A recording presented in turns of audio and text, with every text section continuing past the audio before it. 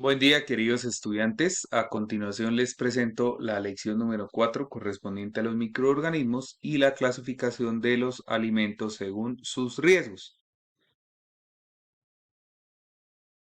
Bueno, en primera instancia, pues vamos a abordar esos criterios que utilizamos para clasificar los microorganismos, que ya pues los hemos venido estudiando hasta acá, 3 lecciones anteriores.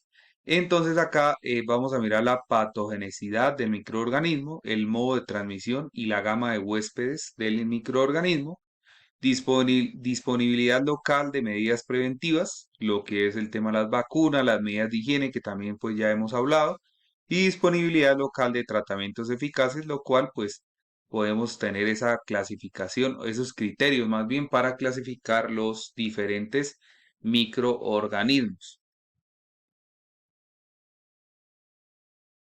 Bueno, en esta instancia vamos a mirar los grupos de riesgos. Entonces acá tenemos 4 grupos de riesgos. Vamos a hacer lectura de los mismos. El primero, el grupo 1, corresponde al riesgo individual y poblacional escaso o nulo.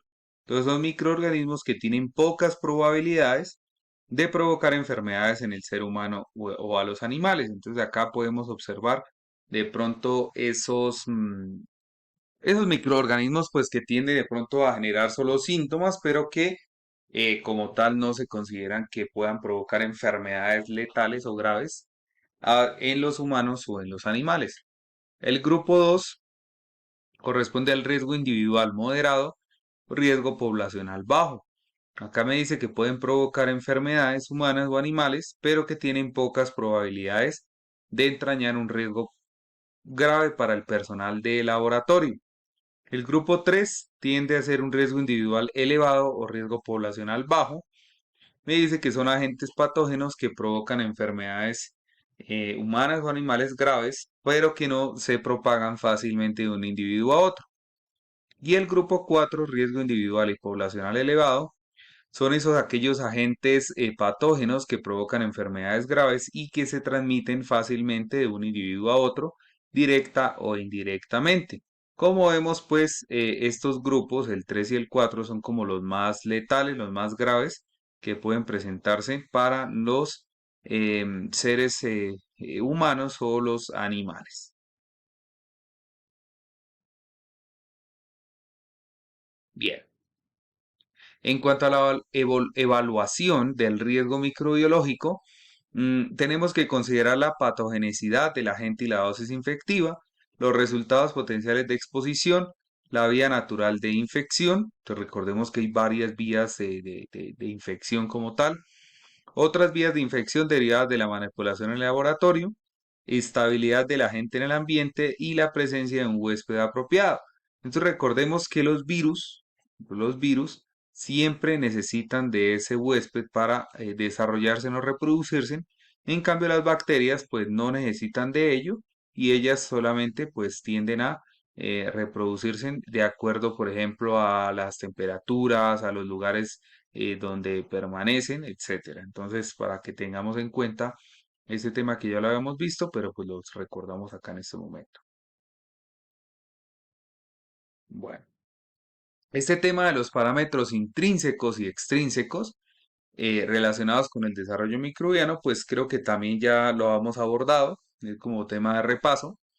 Entonces me dice que lo que les estaba diciendo hace instantes, un microorganismo requiere de ciertas condiciones para vivir y para reproducirse, necesitando de ciertos elementos, entre los más importantes está el agua, las fuentes de nitrógeno y los minerales. ¿Por qué el agua? Vamos a leer. La mayoría de los alimentos contienen suficiente agua como para favorecer ese crecimiento. Sin embargo, en el procesamiento de alimentos como es el secado o la congelación, el agua se elimina o permanece en estado sólido, lo que hace que no esté disponible para que los organismos lleven a cabo una actividad metabólica normal.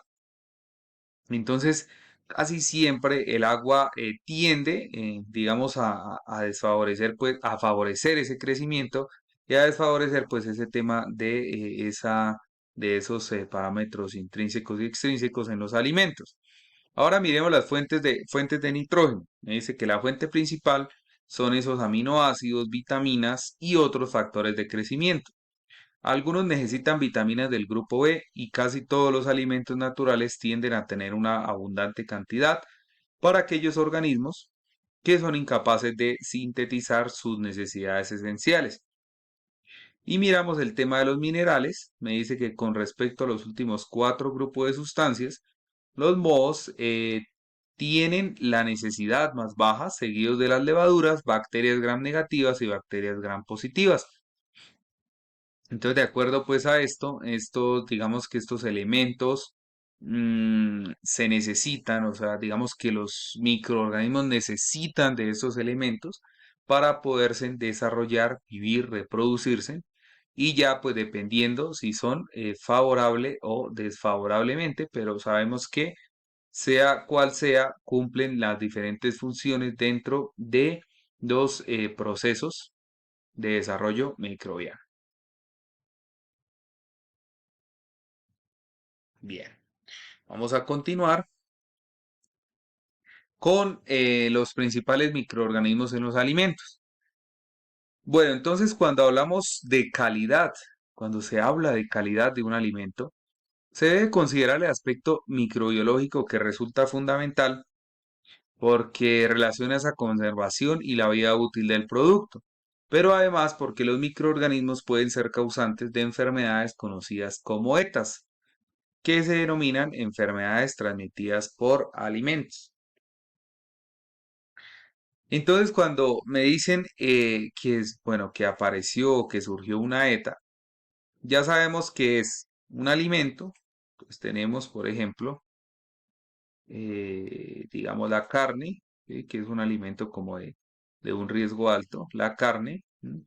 Sabemos que la carne, pues digamos, por condiciones de almacenamiento, de refrigeración más bien, tiende a tener agua, ¿cierto? Y sabemos que ese es un factor principal, o sea, le vamos a poner para, por ejemplo, desarrollar microorganismos, ¿cierto?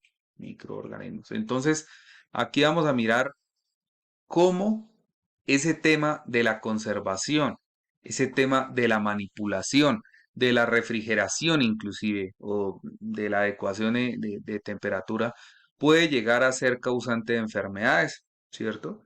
Entonces, de pronto cuando una carne está en descomposición por el tema del agua, por el tema de, bueno, del tema de temperatura, mm, pueden ocasionar, o sea, pueden generar fácilmente estos microorganismos y que vamos a mirar por medio de estos indicadores, ¿sí? De condiciones o de manejo de eficiencia de procesos que incluyen o indicadores de contaminación fecal. En este caso, pues podría ser relacionados con el agua, ¿cierto? Con el agua.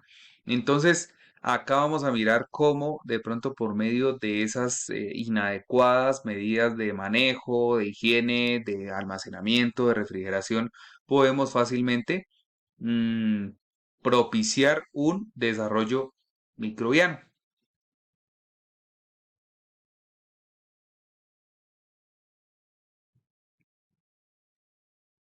Y miramos también esa relación entre los microorganismos y los alimentos. Entonces vamos a mirar en clase ya más específicamente algo relacionado con los mesófilos aerobios, los hongos y las levaduras, coliformes totales, coliformes fecales, Escherichia coli, enterococos, perfringes y otras bacterias de interés. Estos son como los principales que se relacionan con el tema de los alimentos, ¿m? Que es pues obviamente nuestro módulo.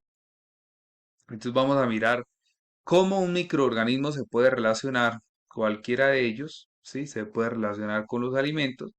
Y aquí, digamos que lo vital o lo importante para nosotros es poder evitar, poder prevenir siempre esas medidas de prevención o de control, ¿sí? Cómo nosotros podemos evitar que estos microorganismos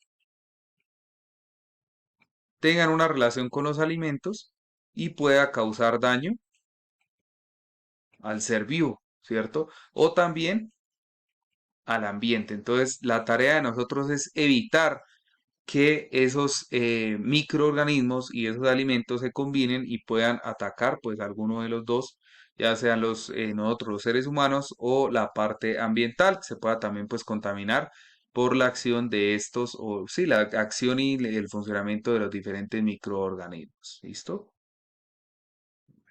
Muchísimas gracias, queridos estudiantes. Espero vernos en una próxima. Hasta luego.